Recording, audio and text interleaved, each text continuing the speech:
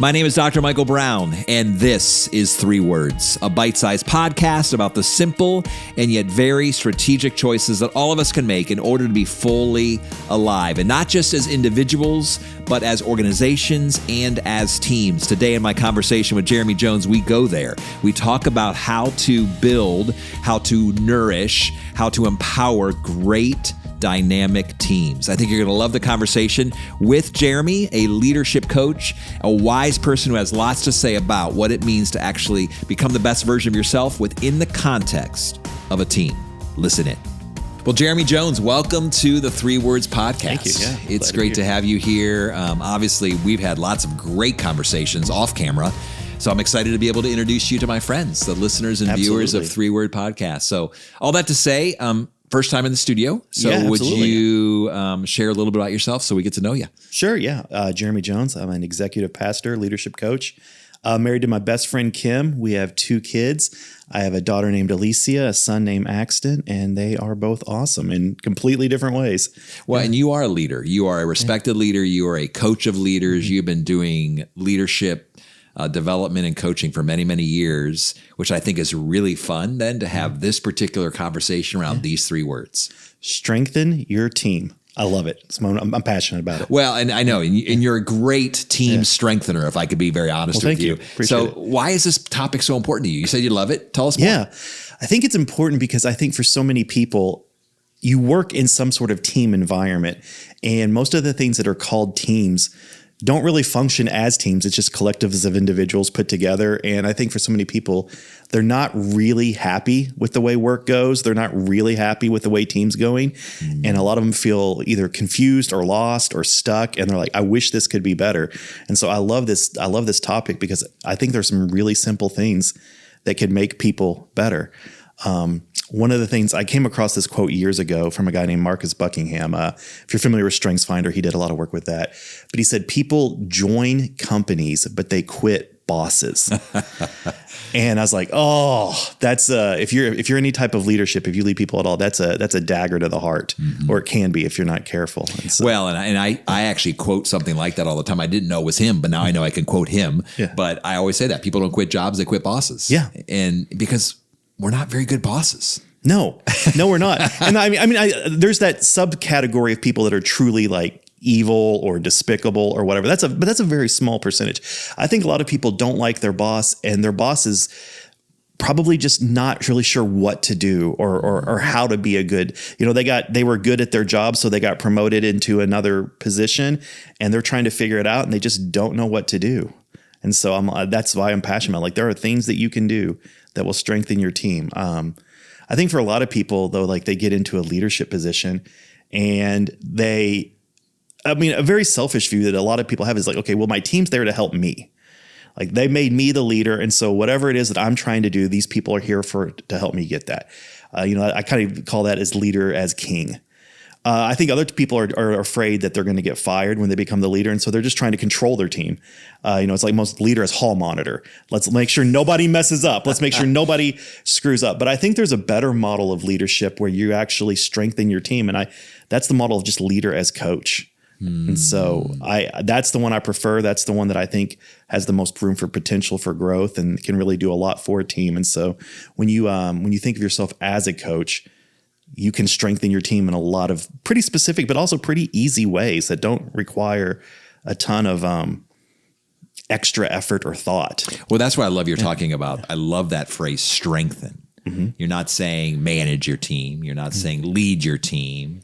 You're not saying control your team, because obviously you've said, don't need to be a king. Yeah. You don't need to be a hall monitor. Right. You can be a coach. And I think, obviously I work with athletes, both at a professional and a collegiate level. And I mean, I love the coaches I work with because they are inspiring, challenging, and their goal is to win. But the way they win is to strengthen the people along the way, training them, equipping them, empowering them, inspiring them, encouraging them. And I've been in leadership context with you, Jeromie, and these are the things that you do. So I know you do those, but obviously would you kind of like pull back the curtain for the listeners and viewers and help us kind of understand, okay, what does it mean to be a leader coach, a coach leader, as you've described? And you said simple ways to strengthen your team that don't require a lot of effort. Correct. Let's hear it. Yeah. So here's the very first one. And this is where I honestly think there sometimes gets confusion between the king and the coach. And the first thing is you've got to provide clarity. If you're the leader, it's your job to provide clarity. Someone has to pick a direction. Now you can do this collaboratively. You can get people's input. You can get a lot of different viewpoints and various ideas, but somebody at the end of the day has to pick up, and that's the leader's job, the clarity. You can even say, I'm not sure this is right, but this is what we're going to try. There was an old leadership guru from back in the day named Max Dupree, and he always said, it's the leader's job to define reality. It's the middle part of their job is to give them whatever they need, and at the end of the day to say thank you. Mm-hmm. But you start with just defining reality. Here's the situation we're in. Here's where we want to be. Here's what we're going to try and do to get from the A to B. And if you do not provide clarity for your team, they're all going to try to do whatever they think is best. Mm-hmm. And since there's probably various viewpoints or things, you're going to have people pulling in different directions. And so you get a lot of times where people are just kind of stuck, where it doesn't feel like you can really, because like when everyone's moving around and pulling in different directions, you can't really make any progress in any one direction. The other thing I always think about this is that whoever does provide clarity will be seen by everybody else as the leader, whether they have the title, whether they have the position, right, whether they even should be doing it. If whoever's providing clarity, that's who people are going to gravitate towards. And so if you're the leader and that's not you, you've kind of abdicated your responsibility. So the first one and the easiest one is just provide clarity. And so I'm guessing when there's not clarity, in the absence of clarity, mm-hmm. Let's talk leader to leader. Yeah. I'm guessing there's more conflict. Oh, absolutely. And then more confusion. Absolutely. So confusion creates conflict. Conflict creates confusion. Yeah. Clarity solves a lot of those problems. For example, like let's say we're going on a road trip and it's time to eat lunch. If there's no clarity about what we're trying to do, are we trying to get there fast or are we trying to enjoy it? If we're trying to get there fast, let's go through some kind of quick service restaurant. If we're trying to really enjoy it, let's go to a sit down place that, obviously there's a better menu, something like that. Well, if there's multiple people on the team, some people want, no, let's go. We're speed people. I want to go fast. People are like, no, let's enjoy the experience. If there's no clarity, there's going to be conflict between those two because no one knows what the priority is. And that's just a very simple, silly one. And then you start involving larger budgets, more manpower, more stuff like that. The conflicts become very personal because people's jobs depend on these things. And so clarity absolutely is essential. Mm-hmm. And it's your job as a leader to do it. And you're saying that doesn't take a lot of effort. It just takes intentionality or? Yeah. Okay. Because once again, you're not promising that everything's going to work out. You're not promising that you're always going to be right. You're going to say, though, but until something changes, until we get new information, until we see that this doesn't work, here's the direction we're going. We're going to go east. And if east turns out not to work, we'll try going south or go north or west or whatever. Yeah. I'm going to hit pause on my conversation with Jeromie right now to invite you to share this particular episode with a leader who you feel like might need to kind of sharpen their leadership skills a bit. Now back to the conversation. So what else? How else can we help strengthen our teams? This one is also fairly simple. And by simple, I mean, it's like saying, how do you climb a mountain? You go up. Simple in concept, sure. Maybe difficult in execution, but you got to build trust. You've got to build trust. One of the things that I think happens so often, and this is why so many people don't like their teams or don't like their jobs, is that they're very low trust environments. Mm-hmm.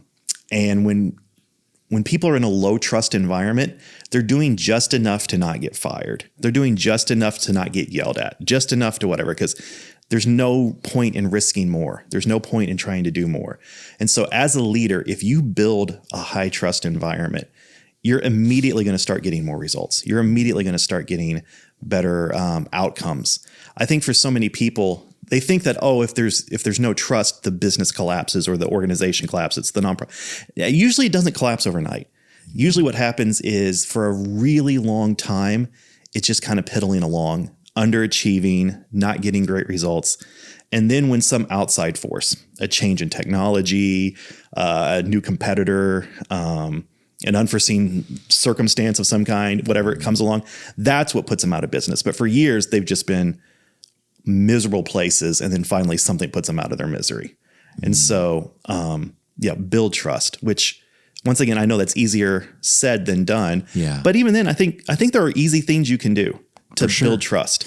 I spend a lot of time studying leadership as you do. And one of my best friends, Dr. Bo Johnson, actually works for a gentleman named Patrick Lencioni. Oh, yeah, absolutely. And obviously Table Group. And you're actually describing right now what we talk about a lot in a lot of our coaching and consulting, which is the 5 dysfunctions of a team. Yes. And you're hitting all of them, lack of trust and a fear of conflict and then a lack of commitment, and then a lack of accountability. Yep. And so trust, accountability, commitment, conflict. And then if all those are missing, there's not results. No, not at all. Results are the after effect of the others. But the bottom foundational piece that you just described is trust. And there's so little trust within most teams and most organizations. Yes, absolutely. And why is that?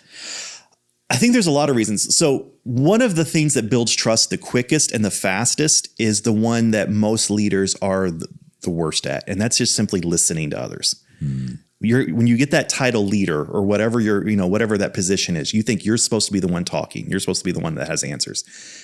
But really the best way to build trust is to listen to other people.